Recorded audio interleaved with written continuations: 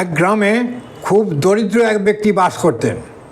তিনি প্রতিদিনই তাঁর দুঃখ দুর্দশার কথা জানিয়ে ভগবানের কাছে 50,000 টাকা চেয়ে চিঠি লিখতেন, আর সেই চিঠিটি একটি বেলুনে লাগিয়ে ভগবানের কাছে পাঠানোর উদ্দেশ্যে উড়িয়ে দিতেন।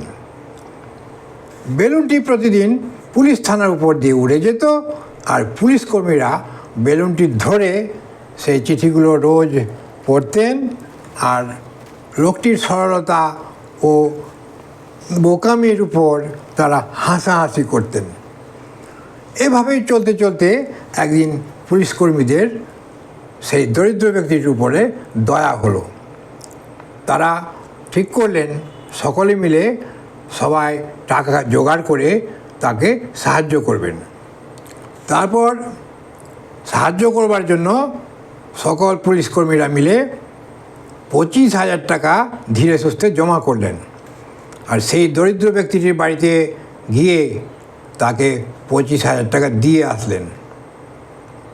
তারপরের দিন যখন পুলিশ কর্মীরা আবার সেই বেলুন নামিয়ে উপর থেকে যখন বেলুনটা নামলো, লোকটির আরেকটা চিঠি এলো। টাকা দেওয়ার পরেও সেই লোকটির যখন চিঠি এলো, তারা খুলে পড়লেন। পুলিশ কর্মীদের তখন বেহুশ হবার জোগাড়।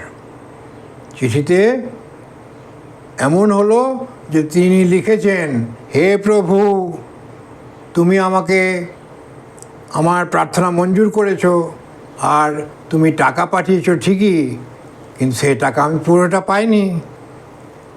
আমি 25,000 টাকা পেয়েছি, আর বাকি 25,000 টাকা সেই পুলিশ কর্মীরা অর্ধেক রেখে নিয়েছেন।